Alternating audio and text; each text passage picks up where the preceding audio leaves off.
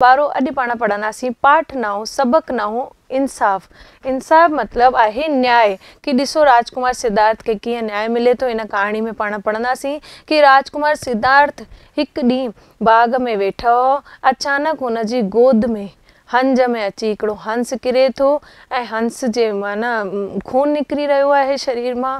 हंस जो सॼो जिस्म आहे ज़ख़्मी लॻो पियो आहे। सिद्धार्थ खे हुनखे ॾाढी दया अची वई। हुन ते मलम पट्टी लॻाए हुनखे प्यार जा हथ फेरण लॻो ऐं हंस खे थोरो सो आथत मिली। उहो अची करे सिद्धार्थ खे चवे थो कि ही हंस त मुंहिंजो आहे, इन जो शिकार मां कयो आहे। आख़िर इन जो फ़ैसिलो राजा वटि वञे थो। इंसाफ़ करण लाइ इहो मैटर जेको आहे इहो राजा वटि वञे थो ऐं राजा इहो चवे थो कि मारण वारे खां बचाइण वारो वॾो हूंदो आहे, उन जो हक़ हूंदो आहे त इहो हंस सिद्धार्थ खे ॾिनो वञे थो। अहिड़ी तरह इंसाफ़ थियो। सिद्धार्थ हुनखे बचायो, उन जी मरम पट्टी कई ऐं अॻियां इहो सिद्धार्थ केरु कहलायो ॿारो? अॻियां इहो सिद्धार्थ गौतम बुद्ध जे नाले सां मशहूरु थियो। तव्हांखे ख़बर आहे गौतम बुद्ध केरु हुयो? गौतम बुद्ध जंहिं बौद्ध धर्म जी स्थापना कई हुई ऐं बौद्ध धर्म जी एॾी शिक्षा फैलाई हुई सॼी दुनिया में जो माण्हुनि खे ॾाढो दुखनि जा कारणनि उन्हनि खे ज्ञान ॾिनो। दुखनि जो जेको कारण आहे, छा कारण आहे, उन्हनि जो ज्ञान ॾिनो। अहिंसा सां प्रेम करणु सेखारियो। कहिड़े बि तरह जी जीव हत्या खे ग़लति ॿुधायो। ऐं इन अलावा मगध जो राजा जेको अशोक आहे हुन बि गौतम बुद्ध जी शिक्षा वरिती, बौद्ध धर्म जी दीक्षा वरिती हुई। ऐं उन खां पोइ घणेई ॼणा अहिड़ा थिया जेके ज्ञानी महापुरुष थिया, उन्हनि बौद्ध धर्म जी शिक्षा वरिती।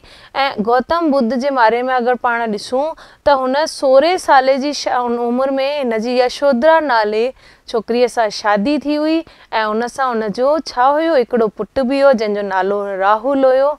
ऐं इन पारिवारिक ज़िंदगीअ में अचण खां पोइ बि हुनखे संसार जे जेके दुख हुआ माण्हुनि जा उन ते ॾाढो दुख थियण लॻो। संसारिक जीवन खे जॾहिं ॾिसण लॻो, माण्हुनि खे ॾिसण लॻो त उन्हनि खे लॻो ही माण्हू एॾा छो दुखी आहिनि। त हू दुख जो कारण ॻोल्हण लाइ 29 साले जी उमिरि में सत्य जी खोजना में 29 साले जी उमिरि में हू महल मां राति जो निकिरी वियो ऐं सचाईअ जी खोज में निकिरी वियो। जॾहिं अॻियां वियो ॾाढो सारो यात्राऊं कई, ॾाढियूं सारियूं जीवन जूं सांसारिक माण्हुनि खां मिलियो ऐं पोइ हिकिड़ो गया नाले जो स्थान आहे, उन बोधि वृक्ष जे हेठां हिन खे इहे ज्ञान जी प्राप्ति थी ऐं पोइ बौद्ध धर्म जी स्थापना थी। हिन जे निर्वाण खां पोइ अॼु ताईं बि हिन जा जेके शिष्य आहिनि उहो बौद्ध धर्म जी ज्ञान जो प्रचार प्रसार कंदा आहिनि। राजकुमार सिद्धार्थ जेके गौतम बुद्ध हुआ उन्हनि जे पिताजी जो नालो हुयो सुधोधन ऐं हिननि जी माता जो नालो हुयो माया देवी। सुधोधन जेके हिननि जा पिता साहिबा उहो चाहींदा हुआ ही ॾाढो वॾो राजा ठहे, ॾाढो वॾो सम्राट ठहे। पर हिन बौद्ध जेको गौतम बुद्ध हुया हू कंहिंखे बि दुखी ॾिसंदा हुआ त हू ख़ुदि बि दुखी थी वेंदा हुआ, परेशान थी वेंदा हुआ। इन जी खोज लाइ, सत्य जी खोज लाइ कि माण्हू एॾो दुखी छो था रहनि, इन दुखनि जी खोज जो कारण ॻोल्हण लाइ, हिननि दुखनि जो छा कारण आहे उन्हनि खे ॻोल्हण लाइ हुननि अॻियां न वधिया ऐं महल छॾे करे जंगलनि में रहिया ऐं वणनि जे हेठां तपस्या करे बौद्ध धर्म जी स्थापना कई ऐं अष्टांग पथ सिद्धांत जी बि स्थापना कई ऐं अॻियां इहो बौद्ध धर्म सॼी दुनिया में फैलिजी वियो ऐं ॾाढी शिक्षा ऐं ज्ञान ॾियणु लॻो। त ॿारो अॼु पाण इहे राजकुमार सिद्धार्थ जी इंसाफ़ वारी कहाणी पढ़ंदासीं। ॾिसो हिन में कहाणीअ में कीअं इंसाफ़ मिलियो आहे सिद्धार्थ खे। अचो पाण वधूं था सबक नाए जी तरफ़। ॾिसो ही हंस जेको आहे ज़ख़्मी लॻो पियो आहे ऐं सिद्धार्थ हिन जो तीर कढी हिन खे प्रेम सां सहलाए रहियो आहे। अॻियां पाण वधूं था कहाणीअ जी तरफ़ कि राजकुमार सिद्धार्थ हिकु ॾींहुं बाग में वण हेठां वेठो हो। अचानक हुन जी हंज में हिकु घायल हंस अची किरियो। हुन जी हंज में, हंज जो मतिलबु आहे ॿारो गोद में, घायल मतिलबु ज़ख़्मी, जेको ज़ख़्मी हंस हुयो अची करे हुन जी गोद में किरियो। राजकुमार सिद्धार्थ हिकु ॾींहुं बाग में वेठा हुया ऐं हिकिड़ो ज़ख़्मी हंस हुननि जी हंज में अची करे किरियो। अॻियां ॾिसूं था घायल हंस तकलीफ़ विचां फतकी रहियो हो। सिद्धार्थ हो ई दयालु, हू जेको हंस हुयो ॾाढो तकलीफ़ थी रही हुअसि ऐं हू फतकी रहियो हुयो ऐं पर सिद्धार्थ त मन जो ॾाढो दयालु हो। हुन हंस जा जख़म साफ़ करे उन्हनि ते मलम लॻाई। उन छा कयईं, हंस जे जेके जख़म हुआ, जेको खून निकिरी वियो, उन्हनि खे साफ़ कयईं ऐं उन्हनि ते मलम पटी लॻायईं। हुन बैदि सिद्धार्थ हंस ते आहिस्ते आहिस्ते हथ फेरण लॻो। बैदि मतिलबु पोइ थींदो ॿारो, बैदि मतिलबु उन खां पोइ सिद्धार्थ आहिस्ते आहिस्ते आहिस्ते आहिस्ते धीरे धीरे, आहिस्ते जो पंहिंजी माना थींदी धीरे धीरे, उन खां पोइ सिद्धार्थ धीरे धीरे हंस जे मथां हथ फेरण लॻो। हाणे जीअं उन प्यार सां हंस मथां हथ फेरियो धीरे धीरे, त हंस खे आराम अची वियो। जेको हंस वीचारो ज़ख़्मी थी वियो, उनखे ॾाढी राहत मिली, आराम अची वियो। थोड़ी देर बैदि सिद्धार्थ वटि संदसि सौट देवदत्त आयो। ॿारो सौट थींदो आहे जेको चाचे जो पुटु थींदो आहे, उनखे चइबो आहे सौट।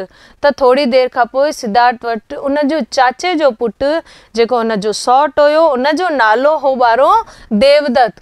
थोड़ी देर खां पोइ देवदत्त आयो ऐं उन छा चयईं, ॾिसो हिन हंस खे मूं तीर हणी किरायो आहे, इहो मुंहिंजो शिकार आहे। कि हिन हंस खे मां तीर हणी किरायो आहे, इन लाइ ही मुंहिंजो शिकार आहे, इन ते मुंहिंजो हक़ आहे, इहो मुंहिंजो शिकार आहे, इन करे हिन ते तुंहिंजो को बि हक़ नथो बणिजे, इन ते मुंहिंजो हक़ आहे। देवदत्त चयईंसि कि इन ते तुंहिंजो को बि हक़ नथो बणिजे, इन ते त मुंहिंजो ई हक़ आहे। ऐं पोइ ॾिसो हिते ॿई ॼणा जीअं ॻाल्हाइनि पिया, अॻियां छा थियो, इहो फ़ैसिलो कंहिं वटि वियो, हाणे राजा वटि वियो। ॾिसो आख़िर इंसाफ़ लाइ मामिलो राजा वटि वियो, इंसाफ़ लाइ, न्याय लाइ, न्याय करण लाइ मामिलो कंहिं वटि वियो, राजा वटि वियो। राज दरबार जॾहिं हलियो त ॿई पंहिंजी पंहिंजी ॻाल्हि ते जोर ॾियण लॻा, ॿई पाण खे छा करण लॻा, सही साबित करण। पर सिद्धार्थ सही हो, देवदत्त ई ग़लति हो, छाकाणि सिद्धार्थ त हंस खे बचायो हुयो।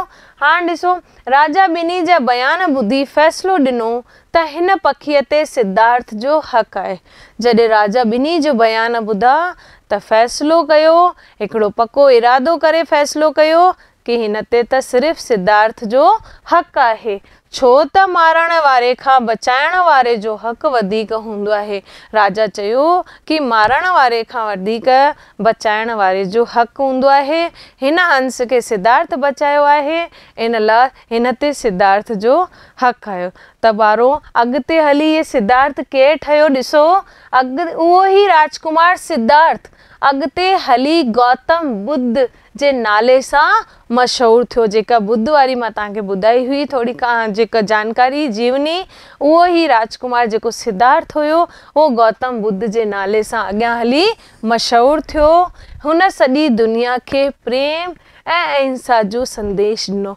गौतम बुद्ध सॼी दुनिया खे प्रेम और अहिंसा जो संदेश ॾिनो, शांति जो संदेश ॾिनो ऐं जीव हत्या खे बिल्कुलु ग़लति ॿुधायो ऐं प्रेम सां शांतीअ सां रहण सभिनि खे ज्ञान जूं ॻाल्हियूं ॿुधायूं ऐं इन जी शिक्षा जो प्रसार सॼी दुनिया में फैलिजी रहियो आहे। अॼु बि बौद्ध धर्म खे ॾाढी ऊची पदवी ॾिनी वेंदी आहे ॿारो ऐं उच्च स्थान मिलियल आहे। उहो अॼु बि बौद्ध धर्म पाण खे ॾाढी सुठी शिक्षा ॾींदो आहे। त ॿारो मां उमेद कयां थी तव्हांखे इहो पाठ सम्झ में आयो हूंदो। अॻियां वीडियो में पाण हिन जा सवाल जवाब कंदासीं। तव्हां पंहिंजी कॉपी ऐं किताब पेन गॾु खणी करे वेहंदा कयो। अॻियां पाण वरी पढ़ंदासीं ऐं ॾुखिया अखर तव्हां साण गॾु गॾु लिखंदा वेंदा कयो, तव्हांखे पढ़ण में सवलाई थींदी। जय झूलेलाल ॿारो।